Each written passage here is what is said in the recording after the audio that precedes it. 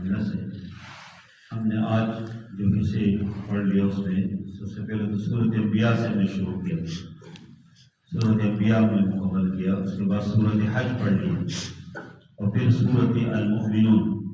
اور پھر سورۃ نور کی 2 رکوع میں پڑھ لی۔ تو انشاءاللہ یہ تفصیلی صورت ہے، کل مکمل کریں گے انشاءاللہ۔ اس میں بہت بہترین ہدایات یا احکامات ہیں، وہ کل پڑھیں گے۔ تو سورۃ انبیاء کے اندر جس نام سے معلوم ہے، انبیاء جو ہے نبی کا جمع ہے، اسے بہت سارے انبیاء کا ذکر اللہ نے کیا، اور جو حصہ آج ہم نے پڑھ لیا تو ابراہیم علیہ السلام کا تذکرہ اللہ نے کیا، وَلَقَدْ آتَيْنَا إِبْرَاهِيمَ رُشْدَهُ مِنْ قَبْلُ وَكُنَّا بِهِ عَالِمِينَ۔ اس لیے کہ ابراہیم علیہ السلام کا تذکرہ بطور خاص نے بھی کیا کہ ابراہیم علیہ السلام جس خاندان میں اس نے آنکھیں کھول لی تو وہ ایک بت پرست خاندان، بت پرست صرف نہیں بلکہ بت بنانے والے ایک خاندان، اس خاندان کی جس کی بت مشہور تھے، اور یہ نمرود کے خاندان میں ابراہیم علیہ السلام کا جو گھرانہ تھا، نمرود کی حکومت میں قسم اعلیٰ قسم کی وزارت کے اوپر عبادت اعلیٰ قسم کی ہے، وہ ایک وزارت اوقاف ابراہیم علیہ السلام خاندان کے پاس، جو ان کے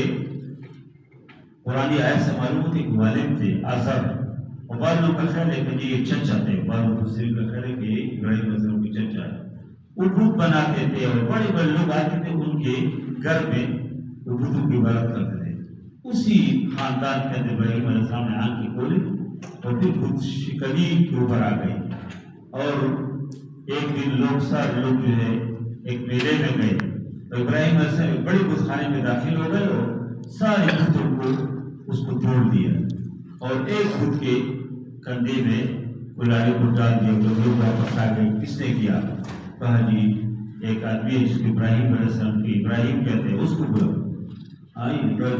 جو قال له ابراہیم، تو ابراہیم علیہ السلام آیا، اس نے کہا کرتے کوئی بت موجود ہے بڑا بت، اس نے نہیں آپ کی حفاظت نہیں کی آپ کی بتوں کی، تو ان کو احساس ہوا کہ واقعی ہماری بتوں کو بھی دی، لیکن پھر بھی ابراہیم علیہ السلام کو آگ میں ڈالا، اللہ نے آگ کو حکم دیا، قلنا له كن بردا وسلاما، ہم نے آگ کو حکم دیا کہ اس ابراہیم علیہ السلام کے اوپر ٹھنڈے ہو جائے اور سلامتی کا سب، ایسے ٹھنڈک بھی نہ ہو کہ ٹھنڈک کو ایسے نقصان پہنچ جائے، سلامتی کی۔ اور پھر ابراہیم علیہ السلام کے اوپر وہ 6 مہینوں میں تقریباً ایک مذہبی جذبے کے ساتھ لوگوں نے آگ جلایا تھا، حکومتی مشین کے لیے بھی اس میں لگی تھی اور عوام بھی، اور 6 مہینوں کے آگ تیار کیا تو اس میں ابراہیم علیہ السلام کو ڈالا تھا، لیکن جب آگ ختم ہو گئی تو جب ابراہیم علیہ السلام ٹک ٹاک کوئی اس کو نقصان نہیں اور اسے نکل آیا۔ اس امت محمدیہ کی ایک آدمی کا ساتھ اس طرح ہوا تھا، جب ختم نبوت کے عقیدے کی اس کو آگ میں ڈالا اور بالکل ٹھیک ٹھاک صحیح سارے منہ سے نکل آئے، اور پھر مدینے کی طرف گئے اور وہ بہت مشہور واقعہ ہے۔ تمہارے ابراہیم علیہ السلام کا واقعہ اللہ ذکر کیا، پھر دیگر انبیاء کے واقعہ کا اللہ ذکر کیا، زکریا علیہ السلام کا واقعہ ہے کہ اس نے جو دعا کی، زکریا علیہ السلام کو واقعہ کہ ان ناظرہ کو اپنے رب کے ساتھ دعا کیجیے، رب لا تذرنی فردا وانت خیر الوارثین، یا اللہ مجھے اکیلے نہ چھوڑے اور تم بہترین وارث ہے۔ اور پھر ابراہیم علیہ السلام، زکریا علیہ السلام کو اللہ نے بیٹا عطا کیا بڑے عمر میں۔ اللہ تعالیٰ نے ان میں یونس علیہ السلام کا واقعہ ذکر کیا، وہ زنون جو ہے نون مچھی کو بولتے ہیں، اور مچھی والے کون ہے؟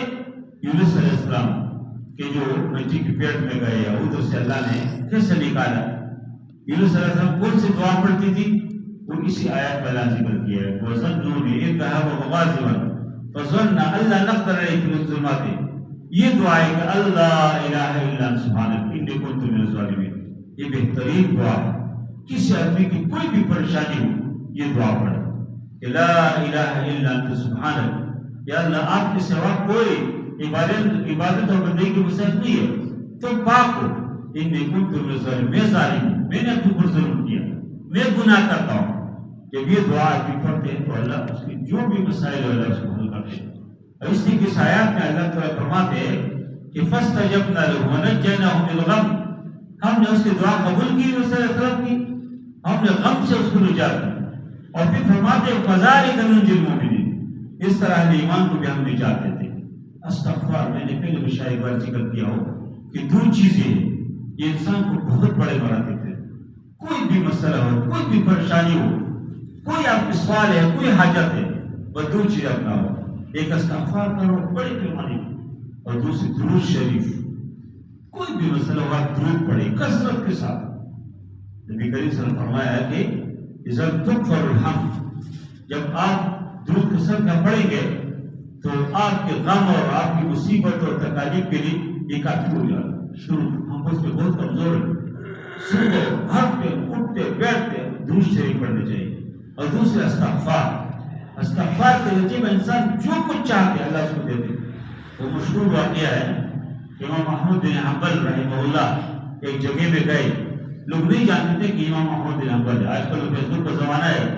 کوئی آدمی امریکہ میں جو ہو تو فیس بک کے ذریعے سے ہم جانتے ہیں کہ فلان یہ فلان صدر وزیر اعظم فلان ٹرمپ سب کو ادھر سے جانتے ہیں، اس سے فیس بک کا زمانہ ہے۔ اس وقت یہ زمانہ نہیں تھا۔ امام احمد بن حنبل تو بڑا مشہور امام تھا اپنے زمانے کے، تو ایک جگہ میں گئے تو رات آ گئی، ادھر تو ہوٹل تو کوئی ریسٹورینٹ وغیرہ تو تھے نہیں، کچھ میں رہے، ایک مسجد میں گئے۔ مسجد میں گئے تو لوگ نہیں جانتے، لوگوں نے کہا مسجد میں ہم کسی کو چھوڑتے نہیں، مسافر کے مسجد میں رہنے کی اجازت نہیں ہے، ادھر سے نکل گئے، کی جگہ رات گزارو، ادھر دیکھ گئے کہ روٹی ایک آدمی روٹی بنا رہے اور تندور ہے، اس کے پاس گیا، ان سے کہا کہ میں مسافر ہوں، مجھے ایک رات ہے آپ ادھر رہنے دو۔ نے کہا بالکل رہو، یہ تندور کے کنارے پہ یہ بستر پہ سو جاؤ۔ ادھر لیٹ گیا، لیکن اس نے دیکھا کہ وہ جو روٹی والے جو روٹی بنا رہے وہ اگر اٹک بولتے ہیں تو استغفر اللہ استغفر اللہ استغفر اللہ پڑھتے، روٹی لگا کے استغفر اللہ، روٹی نکال کے استغفر اللہ۔ امام احمد بن حنبل نے پوچھا کہ آپ کو کسی استغفار میں کوئی فائدہ بھی دیا کہ نہیں؟ اس نے کہا کہ بہت فائدہ دیا، جب بھی کوئی میرے دل میں کوئی حاجت آ جائے میں نے استغفار کیا، اللہ نے قبول کیا، لیکن بس ایک دل میں حاجت ہے وہ ابھی تک پوری نہیں ہوئی۔ پوچھا وہ کیا حاجت ہے؟ کہ میرے دل میں خواہش ہے کہ اس زمانے کے جو بڑا امام ہے امام احمد بن حنبل اس سے ملاقات ہو جائے، ابھی تک میرے وہ خواہش پوری نہیں ہوئی۔ امام احمد بن حنبل نے کہا کہ وہ امام میں ہوں، وہ امام احمد بن حنبل جس کی آپ خواہش ہے، اور کہا کہ آپ کی استغفار نے مجھے کھینچ کر اوپر لایا، کہتے میں کوئی مسجد میں رات گزارنا چاہ رہا تھا لیکن ادھر لوگوں کو ڈائریکٹ نہیں دیا، میں ادھر آ گیا۔ اس لیے درود شریف اور استغفار اس کو اپنی زندگی کا حصہ بنایا، بہت خیر ہے۔ یہ دو چیزیں آپ بزرگ کہتے ہیں نا کہ پلے باندھو، یہ پلے باندھ دی چیزیں، جب بھی آپ کو کوئی پریشانی آ جائے آپ استغفار کرو، آپ درود شریف پڑھو، نبی کریم صلی اللہ علیہ وسلم سے درود پڑھو، اس سے بہت خیر۔ اور اس سورت کے اخیر میں اللہ نے نبی کریم صلی اللہ علیہ وسلم کا ذکر کیا کہ وَمَا أَرْسَلْنَاكَ إِلَّا رَحْمَةً لِلْعَالَمِينَ، فرمایا کہ لوگوں کو پیغام دیا کہ ہم نے آپ کو رحمت بنا کے بھیجا ہے۔ اللہ تعالیٰ رب العالمین ہے اور نبی کریم صلی اللہ علیہ وسلم رحمت العالمین، رحمت ہے مخلوقات کے لیے، سب انسانوں کے لیے رحمت نہیں ہے، چرندوں کے لیے، جانوروں کے لیے، یہ پرندوں کے لیے، راحت کے بہت سارے واقعات۔ نبی کریم صلی اللہ علیہ وسلم بہت رحیم مشفق مہربان پیغمبر ہے جو اللہ تعالیٰ نے دیا۔ اور پھر آگے سورۃ حج میں جس طرح کے نام سے معلوم ہے حج کا واقعہ اللہ نے ذکر کیا، لیکن آغاز میں قیامت کا تذکرہ کیا، یا ایھا الناس اتقوا ربکم، یہ لوگ اپنے رب سے ڈرو، ان زلزلۃ الساعۃ شیء عظیم، فرمایا کہ قیامت کا زلزلہ بہت عظیم معاملہ ہے۔ یوم ترونها تذہل، تم دیکھو گے اس دن کہ تذہل کل مرضعۃ عما ارضعت وتضع کل ذات حمل حملها، ہر حاملہ عورت اس کے حمل گر جائے گی، اور ہر عورت اپنے اس بچے سے جس کو دودھ پلا رہی اس سے بے پرواہ ہو جائے گی۔ یعنی والدہ کو جو بھی مشکل ہو لیکن بچوں کو چھوڑتے نہیں، لیکن اس دن اس سے بھی غافل ہو جائے گی۔ اور لوگ اتنے خوفناک دن ہے کہ کسی عورت کے پیٹ میں اگر حمل ہے وہ گر جائے، وہ سخت دن ہے۔ تو اللہ نے فرمایا کہ اس دن سے ڈرو، اللہ نے صدیق کا حکم دیا۔ اللہ تعالیٰ نے فرمایا کہ لا ینال اللہ لحومها ولا دماء، قربانی کا ذکر کیا کہ اللہ کو قربانی میں گوشت کی ضرورت نہیں ہے، اللہ کو خون کی ضرورت نہیں ہے، ولکن ینالہ التقویٰ، لیکن اللہ کو تقویٰ کی ذکر کی ضرورت ہے کہ تم جو اللہ تعالیٰ کی تقویٰ معلوم کرتے ہیں کہ آپ کو تقویٰ ہے کہ نہیں۔ تقویٰ سب چیز ہے، ایک آدمی قربانی کرے اور سب کے سب گوشت اٹھا گھر لے جائے، قربانی کوئی نقصان نہیں ہے اگر اس کی نیت اللہ کی رضا ہو، قربانی ہو۔ اگر اس کے نیت میں گوشت نہیں ہے اور قربانی مقصود ہے، اور قربانی کر کے سب گھر لا جائے پھر بھی اس کو قربانی کو نقصان نہیں ہوتے، لیکن ایک آدمی کتنی کھائیں گے؟ اس لیے فقہاء نے تقسیم کیا کہ ایک حصہ گھر میں رکھو، ایک حصہ دو صحابہ کو دو، ایک حصہ جو ہے فقیر و مسکینوں کو دے۔ اس لیے کہ بہت سارے لوگ ہیں کہ جو صرف اس عید کے موقع پہ بیچارے گوشت کے انتظار میں ہوتے ہیں، اور بعض گھروں میں تو لوگ پیاز اور ٹماٹر جو ہے گھی میں ڈال کے، آئل میں ڈال کے، اور انتظار میں ہوتے ہیں کسی گھر سے گوشت آ جائے پکائے، اور کوئی گھر سے گوشت نہ دے، اور بیچارے ویسے چھوٹے بچے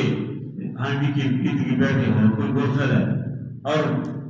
آیا تو بجلی کی روشنی کو وہ تو دے، دوسری بجلی جائے اور وہ سارے گوشت کو لے کے باہر بیران میں پھینکتے، اس سے اچھا نہیں کہ لوگ کو دے۔ اس سے خود ایک پیٹ کچھ نہیں ہے، یہ جتنے اب ڈالیں گے کہتے اور ڈالو گے، اور ڈالو، اور ڈالو، اور ہر مزید۔ اس سے بہتر انسان اور کہ لوگ کھلائے، اور لوگ کو خود کھانے کی بجائے اور لوگ کو اللہ نے ادھر لوگ تذکرہ کیا۔ پھر حج کا اللہ نے ذکر کیا، ابراہیم علیہ السلام نے بیت اللہ شریف بنا لیا تو بالکل پہاڑوں کے درمیان کوئی نہیں تھا،